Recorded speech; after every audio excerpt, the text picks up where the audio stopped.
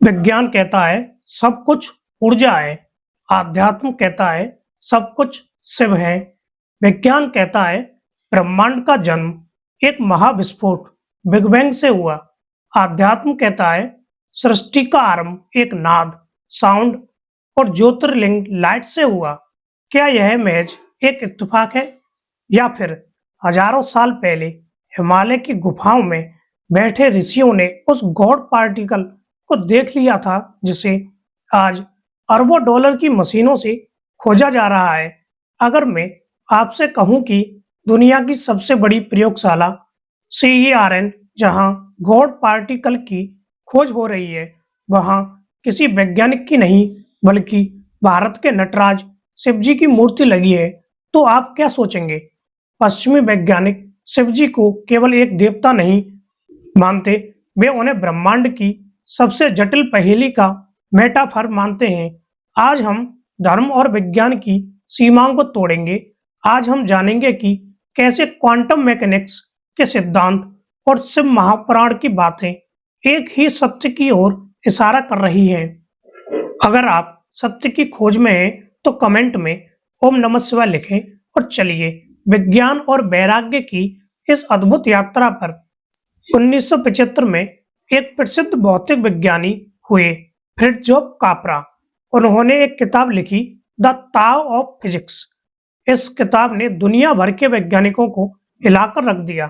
कापरा ने कहा आधुनिक भौतिकी ने हमें दिखाया है कि हर उप परमाणु कण न केवल एक वस्तु है बल्कि एक नृत्य भी है। यह ऊर्जा का निरंतर धड़कता हुआ प्रवाह है। और जब उन्होंने हिंदू धर्म में इस नृत्य का प्रतीक ढूंढा तो उन्हें मिले नटराज। क्वांटम फिजिक्स का सबसे बड़ा सिद्धांत यह है कि ब्रह्मांड स्थिर नहीं है। आप जिस कुर्सी पर बैठे हैं वह ठोस दिख रही है, लेकिन अगर आप उसे माइक्रोस्कोप से देखें तो उसके अंदर अरबों एटम्स पागलों की तरह नाच रहे हैं। कण बनते हैं, नष्ट होते हैं और फिर बनते हैं। Creation and destruction. शिव का तांडव ठीक यही दर्शाता है। नटराज के एक हाथ में डमरू है जो सृजन की ध्वनि है, दूसरे हाथ में अग्नि है जो विनाश का प्रतीक है। यह ब्रह्मांडीय नृत्य ही वह आधार है जिस पर पूरा क्वांटम मैकेनिक्स टिका है। CERN में लगी नटराज की मूर्ति के नीचे एक पट्टिका लगी है जिस पर लिखा है कि शिव जी का नृत्य ही सब एटॉमिक कणों की गतिविधि का सबसे सटीक वर्णन है। सोचिए, हमारे पूर्वजों के पास कोई इलेक्ट्रॉन माइक्रोस्कोप नहीं था, फिर भी उन्होंने जान लिया था कि ब्रह्मांड एक निरंतर नृत्य है। अब बात करते हैं शिवलिंग की। कई लोग इसे गलत समझते हैं, लेकिन अगर हम इसे क्वांटम कॉस्मोलॉजी की नजर से देखें तो इसका अर्थ बदल जाता है। शिवलिंग का आकार देखिए, यह एक दीर्घ वृत्ताकार है। संस्कृत में इसे ब्रह्मांड भी कहा जाता है। आधुनिक विज्ञान कहता है कि बिग बैंग से ठीक पहले पूरा ब्रह्मांड एक अनंत घनत्व वाले बिंदु में सिमटा हुआ था जिसे सिंगुलैरिटी कहते हैं। शिव पुराण में उसे ज्योतिर्लिंग कहा गया है। हैरानी की बात यह है कि एटम के नाभिक का आकार भी पूरी तरह गोल नहीं होता, वह भी हल्का सा अंडाकार या शिवलिंग के आकार जैसा होता है, यानी यथा पिंडे तथा ब्रह्मांडे। जो पिंड में है वही ब्रह्मांड में है। शिवलिंग केवल पत्थर नहीं है, यह निराकार ऊर्जा का प्रतीक है। क्वांटम फिजिक्स भी यही कहता है कि पदार्थ का अंतिम सत्य पदार्थ नहीं बल्कि ऊर्जा है। जब आप एटम को तोड़ते हैं तो अंत में आपको कुछ नहीं मिलता, केवल ऊर्जा की तरंगें मिलती हैं। वह ऊर्जा ही शिव है। शिव का एक अर्थ है वह जो नहीं है। शिव जी को महाशून्य कहा जाता है। अब विज्ञान को देखिए, हमारा ब्रह्मांड 95% डार्क मैटर और डार्क एनर्जी से बना है। हम जो तारे, ग्रह और इंसान देखते हैं वह ब्रह्मांड का केवल 5% हिस्सा है, बाकी सब खाली है, शून्य है। लेकिन क्वांटम फिजिक्स कहता है कि यह खालीपन वास्तव में खाली नहीं है, इसे क्वांटम वैक्यूम कहते हैं। यह असीमित ऊर्जा से भरा हुआ है। इसी शून्य से कण पैदा होते हैं और इसी में विलीन हो जाते हैं। आध्यात्म में इसे चिदाकाश कहा गया है। शिव वही डार्कनेस है, इसलिए शिव जी को कर्पूर गौरम सफेद भी कहा जाता है और काल काला भी। वे प्रकाश भी हैं और वह अंधकार भी है जो प्रकाश को थामे हुए हैं। वैज्ञानिक आज तक समझ नहीं पाए कि डार्क एनर्जी क्या है जो ब्रह्मांड को फैला रही है। शायद वह वही शिव तत्व है जो दिखाई नहीं देता, लेकिन जिसके बिना कुछ भी अस्तित्व में नहीं रह सकता। क्वांटम फिजिक्स का सबसे अजीबोगरीब सिद्धांत है प्रेक्षक प्रभाव। मशहूर डबल स्लिट एक्सपेरिमेंट ने साबित किया कि एक इलेक्ट्रॉन कण की तरह व्यवहार करेगा या तरंग की तरह। यह इस बात पर निर्भर करता है कि कोई उसे देख रहा है या नहीं। सरल शब्दों में, देखने वाला दृश्य को बदल देता है। जब तक आप नहीं देखते, वास्तविकता तय नहीं होती। अब इसे वेदांत और शिवजी से जोड़िए। शिवजी को साक्षी कहा जाता है।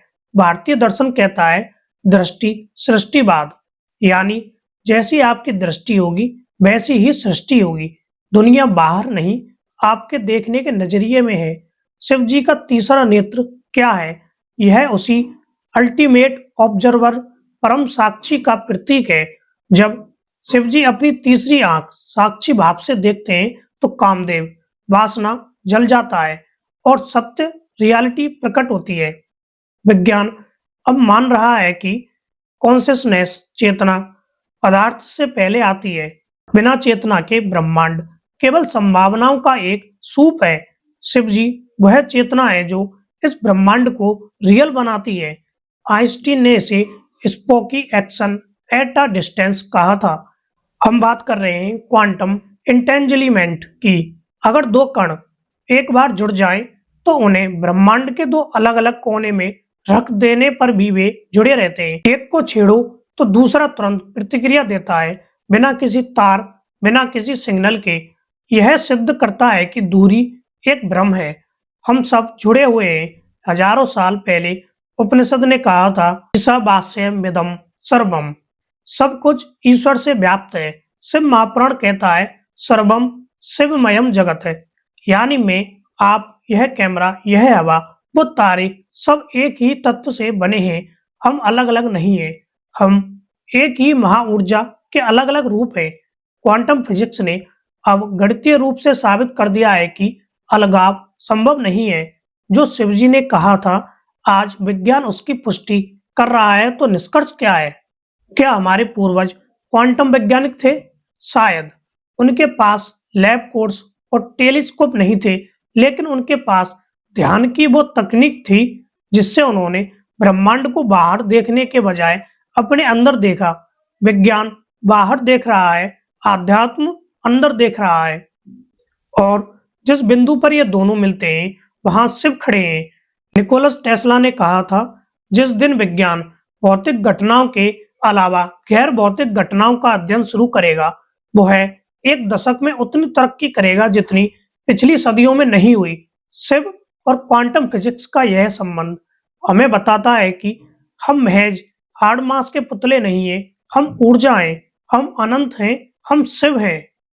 शिवोहम शिवोहम। आपको यह विश्लेषण कैसा लगा? क्या आपको लगता है कि भविष्य में विज्ञान और आध्यात्म पूरी तरह एक हो जाएंगे? अपनी राय कमेंट्स में जरूर लिखें। अगर इस वीडियो ने आपके दिमाग के तार हिलाए हैं तो इसे लाइक करें और अपने दोस्तों, खासकर साइंस स्टूडेंट्स के साथ शेयर करें। ऐसे ही ब्रह्मांडीय रहस्यों को जानने के लिए हमारे चैनल को सब्सक्राइब करें। तब तक के लिए ओम नमः शिवाय।